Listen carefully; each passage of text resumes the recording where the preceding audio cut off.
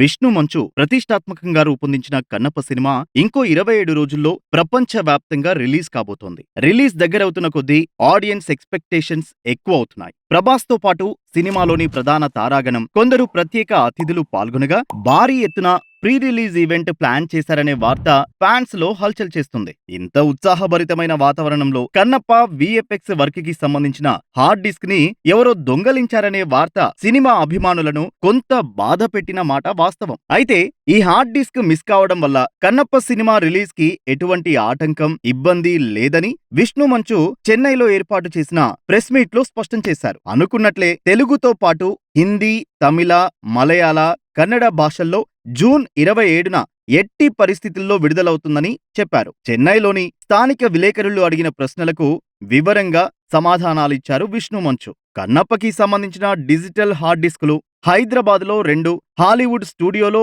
3 ఉంటాయని అన్నారు విష్ణు. హైదరాబాద్లోని 2 హార్డ్ డిస్కుల్లో ఒకటి డిఐ టెక్నీషియన్, మరొకటి ఆఫీస్లో ఉంటాయి. విఎఫ్ఎక్స్ వర్క్ మొత్తం 8 కంపెనీలు చూస్తున్నాయి. 2 లండన్లో, దుబాయ్లో ఉన్నాయి. ముంబై, చెన్నై, హైదరాబాద్లో 2 కంపెనీల చొప్పున చూస్తున్నాయి. ముంబై విఎఫ్ఎక్స్ కంపెనీలో జరిగిన వర్క్ హైదరాబాద్ ప్రసాద్ ల్యాబ్లో డౌన్లోడ్ చేసుకుని చెక్ చేసుకోవచ్చు. సాధారణంగా ఆన్లైన్లోనే ఈ ఫైల్స్ పంపిస్తారు. అయితే ఈ మధ్యకాలంలో ఒకసారి డౌన్లోడ్లో ఏదో సమస్య తలెత్తడంతో హార్డ్ డిస్క్లో ఆ వర్క్ ని కాపీ చేసి హైదరాబాద్కి కొరియర్లో పంపింది గ్రాఫిక్స్ కంపెనీ. సాధారణంగా ఇలాంటి కొరియర్స్ సినిమా నిర్మాత మోహన్ బాబు ఇంటి అడ్రస్ కి కానీ, production house 24 frames company office address కి కానీ వస్తాయి. దాదాపు నెల రోజుల క్రితం ఇలాగే కొరియర్ వచ్చింది. దాదాపు 15 సంవత్సరాలుగా ఇదే పద్ధతి ఫాలో అవుతున్నారు. రఘు అనే వ్యక్తి ఈ కొరియర్ తీసుకుని చరిత అనే ఆవిడకి అందజేశాడని పోలీస్ కంప్లైంట్ ఇచ్చారు.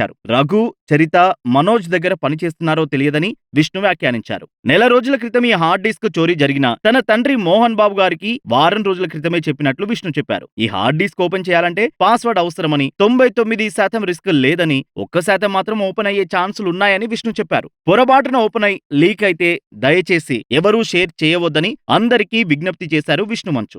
వందలాది కోట్ల రూపాయల బడ్జెట్తో ఎన్నో వందల మంది ఏళ్ల తరబడి పడ్డ కష్టం కన్నప్ప అని అభిమానులు, ప్రేక్షకులు, ప్రజలు ఈ సంగతి గమనించి తమకి సహకరించి ఆదరించాలని విష్ణు మంచు కోరారు. మన దేశంలోని లా అండ్ ఆర్డర్ వ్యవస్థ మీద తమకి పూర్తి నమ్మకం, గౌరవం ఉందని, త్వరలోనే ఈ కేసుని పోలీసులు పరిష్కరిస్తారని విష్ణు మంచు అన్నారు. బ్యాకప్ ఉండడం వల్ల కన్నప్ప రిలీజ్ కి ఎటువంటి అడ్డంకి లేదని విష్ణు మంచు మరోసారి చెప్పారు.